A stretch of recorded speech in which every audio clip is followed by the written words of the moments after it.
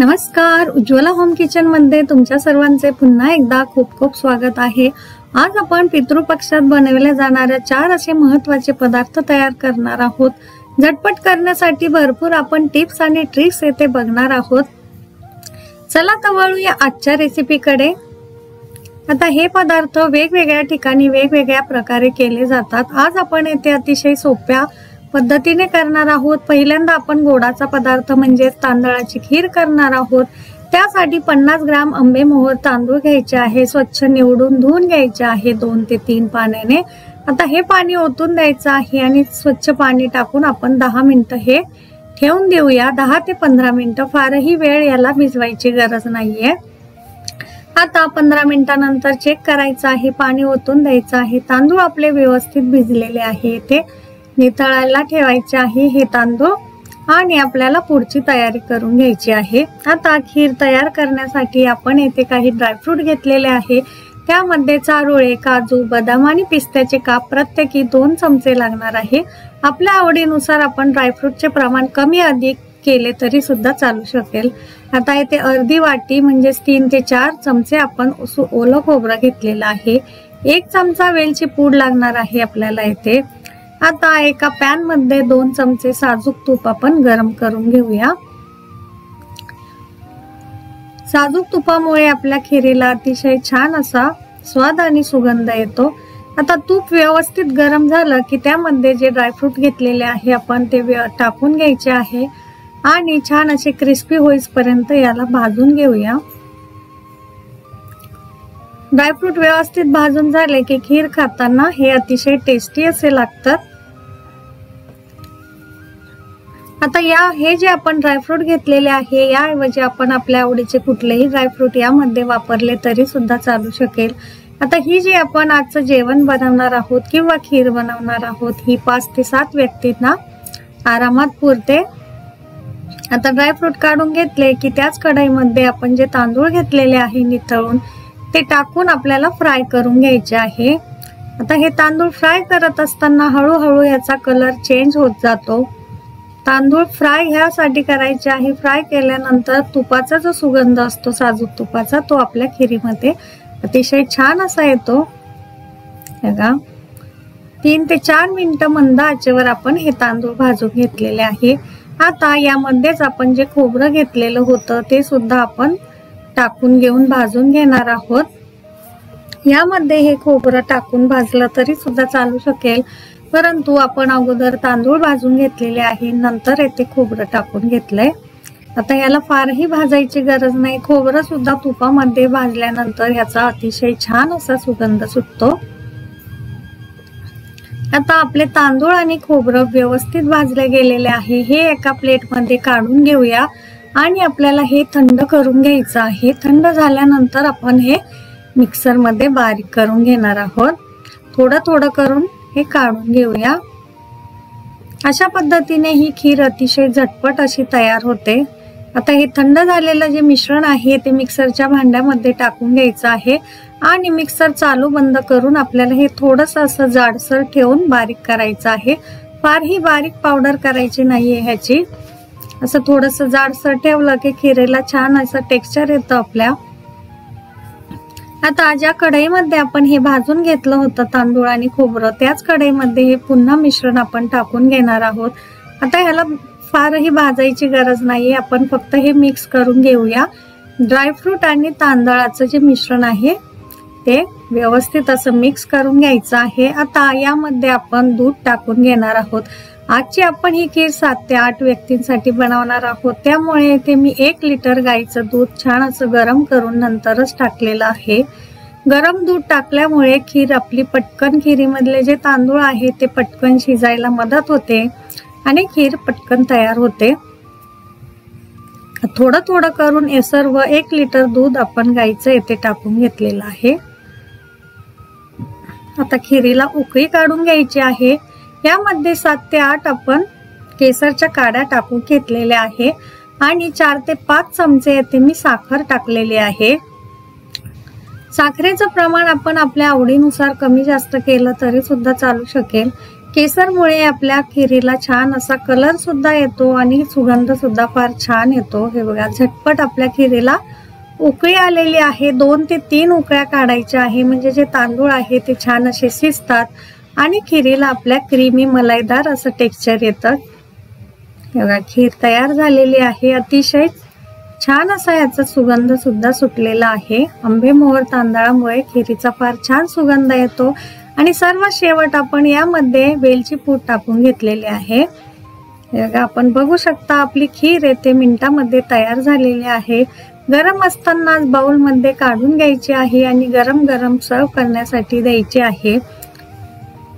तर आता पुढच्या पदार्थाकडे वळूया। पुढचा पदार्थ आपण करून घेण्यापूर्वी त्याची सुद्धा थोडीशी पूर्व तयारी करून घ्यायची आहे। आता येथे कटाची आमटी करणार आहोत आपण। त्यासाठी 2 मोठे कांदे बारीक असे पातळ काप करून घेतलेले आहे। अर्धी वाटी सुकं खोबरं, 3 हिरव्या मिरच्या घेतलेल्या आहे, 10 ते 12 लसणाच्या पाकळ्या, 2 इंच आलं, 2 चमचे धने आणि मुठभर कोथिंबीर आपण घेतलेली आहे।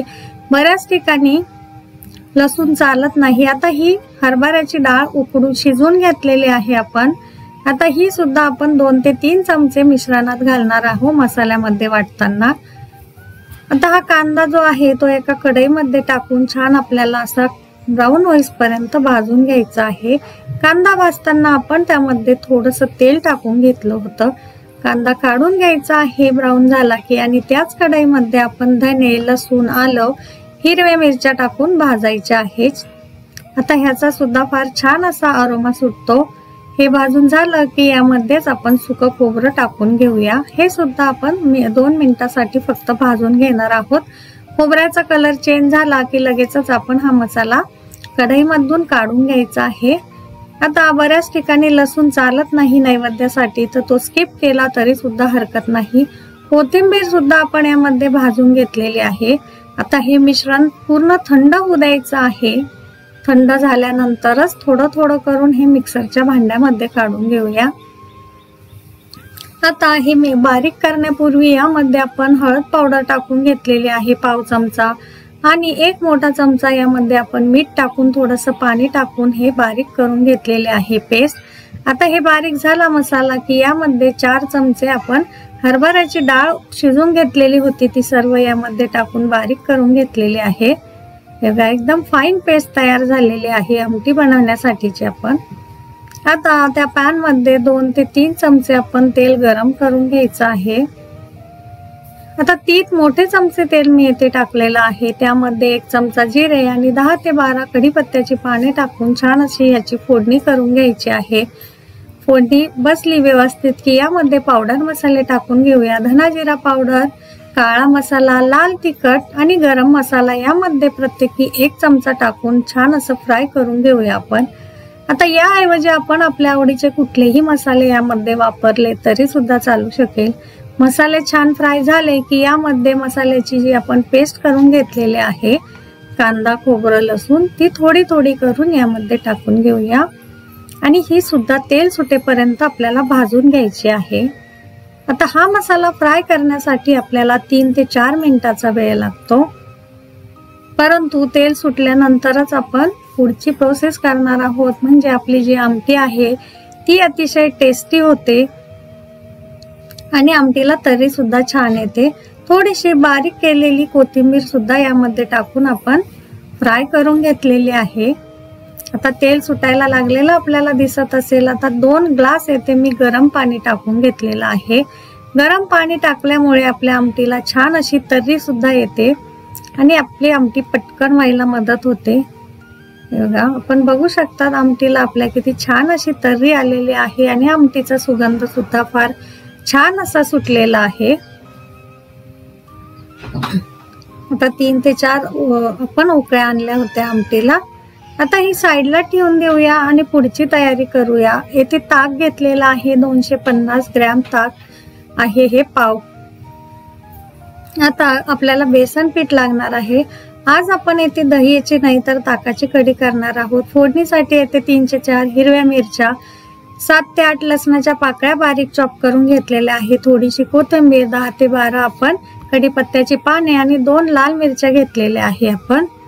आता जे आपण ताक घेतलेला आहे, त्यामध्ये 2 चमचे आपण बेसन पीठ टाकून घेणार आहोत। बेसन पीठ फारही टाकायचं नाहीये यामध्ये, नाहीतर कढी आपली फार घट्ट होते। आता थोडीशी आपण यामध्ये हळद टाकून घेतलेली आहे। हळद एकदम थोडीशी टाकायची आहे कढीमध्ये, म्हणजे याचा कलर अतिशय छान असा येतो। आता असं विस्करच्या साहाय्याने सर्व पीठ आपण यामध्ये मिक्स करून घेऊया। आता पीठ मिक्स झालं की हे साईडला ठेवून देणार आहोत आणि फोडणीची तयारी करून घेऊया आपण। आता एका पॅन मध्ये आपण 2 चमचे तेल टाकून घेऊया। तर तेल गरम झालं की यामध्ये आपण अर्धा चमचा जिरे आणि अर्धा चमचा मोहरी टाकून छान अशी तडतडेपर्यंत आपल्याला फ्राय करून घ्यायची आहे। फोडणी व्यवस्थित बसली की आपली कढी फार छान टेस्टी अशी लागते। आता त्यामध्येच लसूण, हिरवी मिरची, कढीपत्ता आणि लाल मिरची टाकून आपण ह्याची फोडणी करून घेणार आहोत।